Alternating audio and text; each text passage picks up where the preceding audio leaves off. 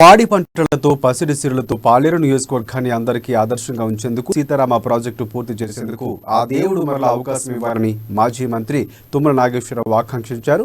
ఖమ్మం జిల్లా నేలకొండపల్లిలోని వసుంధర వొకేషనల్ కళాశాల వార్షికోత్సవ కార్యక్రమంలో తుమ్మల నాగేశ్వరరావు పాల్గొన్నారు. విద్యార్థులు నేడు చెడు అలవాట్లకు బానిసలు కావద్దని, చిత్తశుద్ధితో చదువుకుంటే ఉన్నత స్థాయికి ఎదుగుతారని, ప్రజాప్రతినిధిగా 2-3 సంవత్సరాల్లోనే నియోజకవర్గాన్ని అభివృద్ధి చేశారని తుమ్మల చెప్పుకొచ్చారు. రామదాసు జీవిత చరిత్ర కోసం 4 కోట్ల రూపాయలతో అభివృద్ధి పనులు చేపట్టినట్లు తుమ్మల నాగేశ్వరరావు వివరించారు.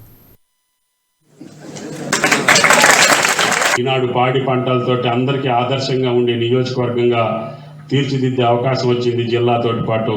కాబట్టి ఆ శ్రీరామచంద్రుడి దయతోటి తప్పకుండా సీతారామాన్ని పూర్తి చేసి ఈ నియోజకవర్గాన్ని పాడి పంటలతోటి పసిడి పంటలతోటి కళకళలాడే విధంగా చేసేదానికి ఆ భగవంతుడు అవకాశం ఇవ్వాలని చెప్పి ప్రార్థిస్తూ సెలవు. Thank you.